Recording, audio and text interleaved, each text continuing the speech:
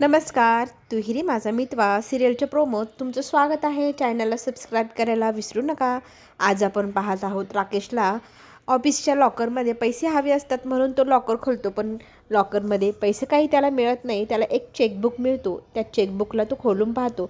एक दोन चेक त्यातले तो काढून घेतो आणि त्याने आता एक विचार केलेला आहे. चेकबुकवरती सही केली आपण आणि ती चिंटूची आहे असं दाखवली तर आपल्याला पैसे बँकेतनं काढता येईल. त्यांनी संधी साधली. ऑफिसच्या एका कागदपत्रावरती त्याची सही असते. तो पेज तो काढून सोबत घेतो आणि त्याच वेळेला मामांचा आवाज आल्यावरती तो पडद्याच्या पाठीमागे जाऊन लपतो. मामा ऑफिसमध्ये काही फाईल ठेवण्यासाठी आलेले असतात. त्यांना काहीतरी जाणवतं इथे काहीतरी लपले.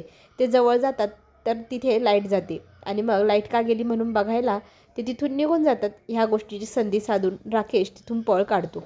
दुसऱ्या दिवशी रूममध्ये एकटा बसलेला असताना तो अर्णवची कॉपी साईनची करू लागतो. खूप प्रॅक्टिस करत असतो आणि अखेरकार त्याला ती जमली आणि सेम टू सेम सिग्नेचर त्याने आता त्या ब्लँक चेकवरती केलेले असतात. तो चेक मग तो एका माणसाकडे देतो. रगड अशी किंमत त्या चेकवरती लिहिलेली आहे.